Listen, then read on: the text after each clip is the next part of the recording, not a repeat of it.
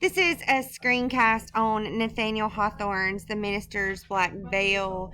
As I spoke about in our lecture notes for this particular week in this genre that we're starting, this is a dark romanticism um, in nature.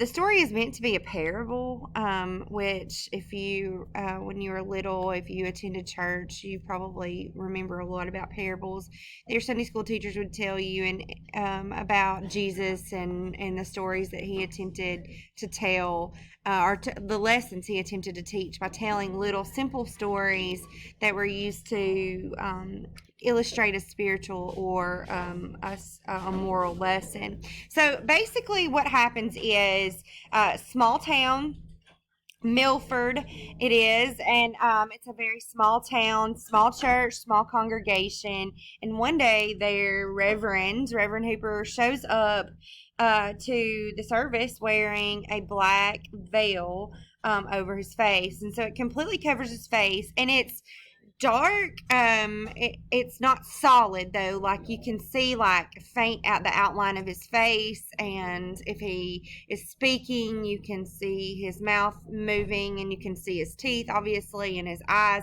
but it's just enough to keep this air of kind of mystery over his face. And so at first obviously the parishioners are just like completely freaked out. They're confused. They're even a little bit scared. They talk about, is it really him underneath there? And he gets up to preach the sermon, and they're like, oh yeah, it is him.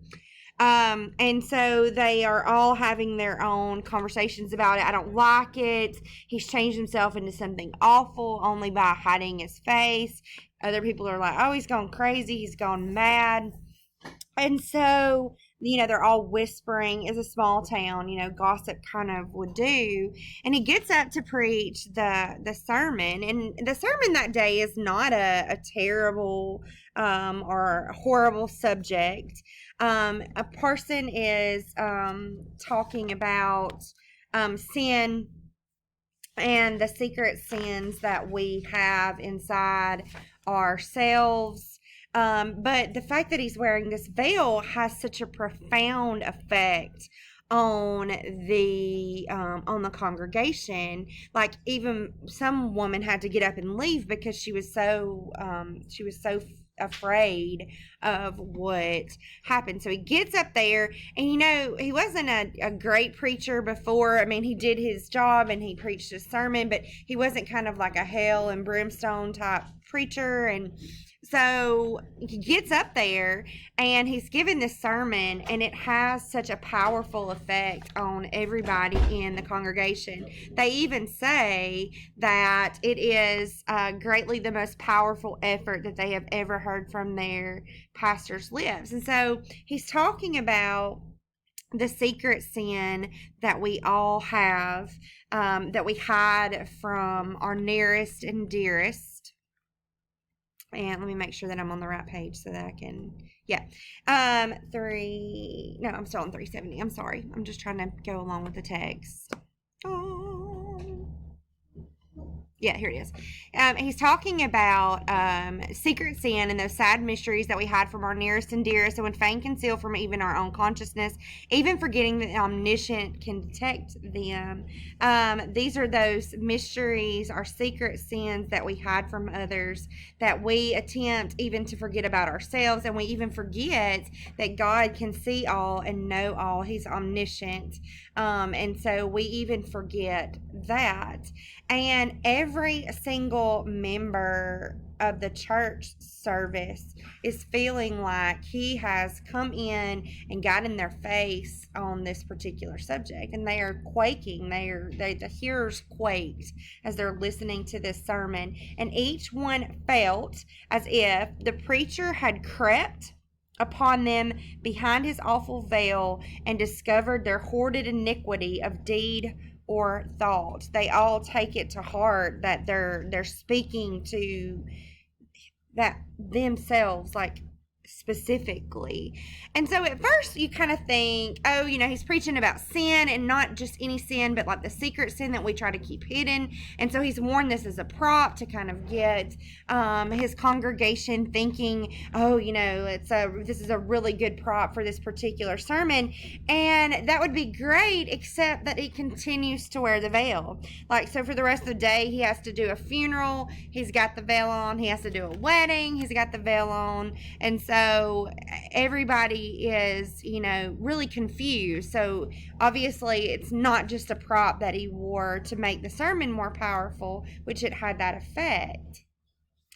And so can you imagine somebody wearing a black veil at a wedding? Like how morbid that service would be. So everybody starts talking about it. This becomes the subject, or rather the subject that everyone is talking about, the only subject that everybody is talking about for days afterward. And everybody's afraid to ask him because the dude is still walking around with this creepy black veil on. And so his own wife, who is beautiful and young, and and she's probably embarrassed that her husband's running around with a black veil on his face. And so she goes up to him and she says, it's time to take the veil off. Like, I think we've gone far enough with this little joke. And he is like, I can't take it off. And she begs him. She says, please, take this veil off. And he says,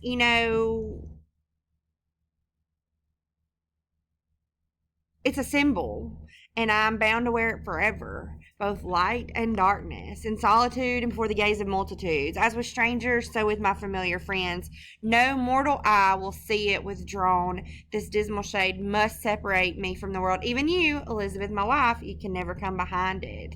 And so, of course, this is very unsettling to her, and she, starts to cry. She becomes afraid. She tries to run away from him, and he, to even add further mystery, as she turns to try to run away, he says, have patience with me. Do not desert me, though this veil must be between us here on earth. Be mine and hear me. Oh, and hereafter shall no veil, and Lord, hereafter there shall be no veil over my face, no darkness between our souls. It is but a mortal veil. It is not for eternity. Oh, you know not how lonely I am, and how frightened to be alone behind my black veil. Do not leave me in this miserable obscurity forever. And so this is obviously not some kind of plot that he's doing to get attention. He believes that he cannot remove the veil. And she says, just take it off just one time and look at me in the face. And he says, no, I cannot do it. It cannot be. And so we continue on, and we see him literally wear this veil day and night for the rest of his life. He's even buried in it.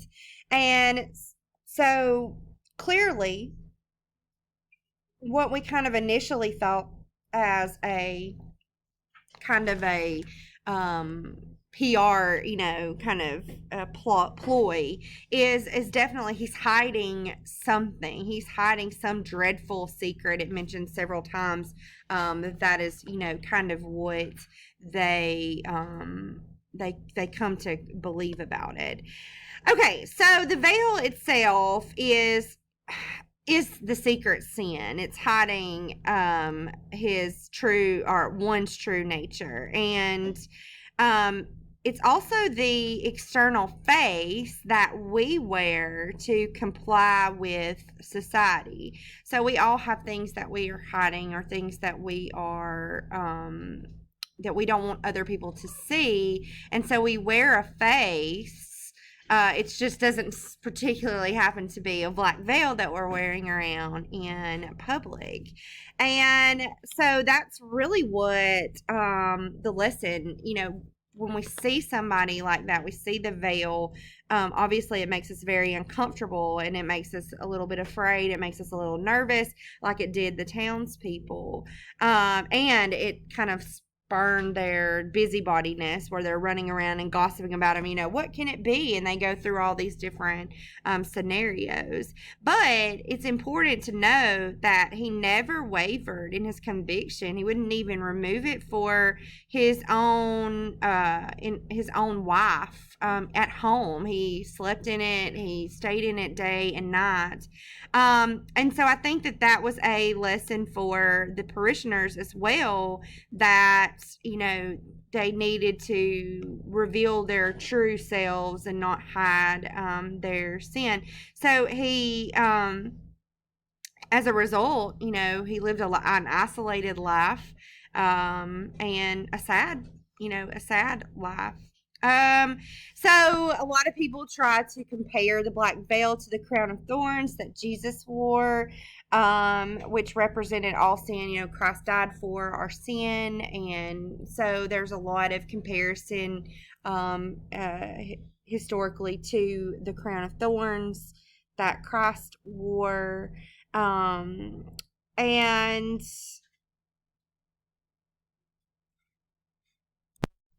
so coming back to the idea that this lesson is a parable, so it's basically to make us aware of hiding behind appearances, and rather than facing our sin and facing our consciousness, and how really churches, institutions of religion, how society can mask our true selves, or encourage us to mask our true selves. And so people that reveal their true selves are often ostracized, or they may feel uncomfortable, or and would rather stay hidden. So it's really up to you to interpret what you think, why he was wearing the veil. Was he really hiding something? Was it just in an attempt to teach his parishioners a lesson? And that will play into your discussion board if you just decide to choose that for this week.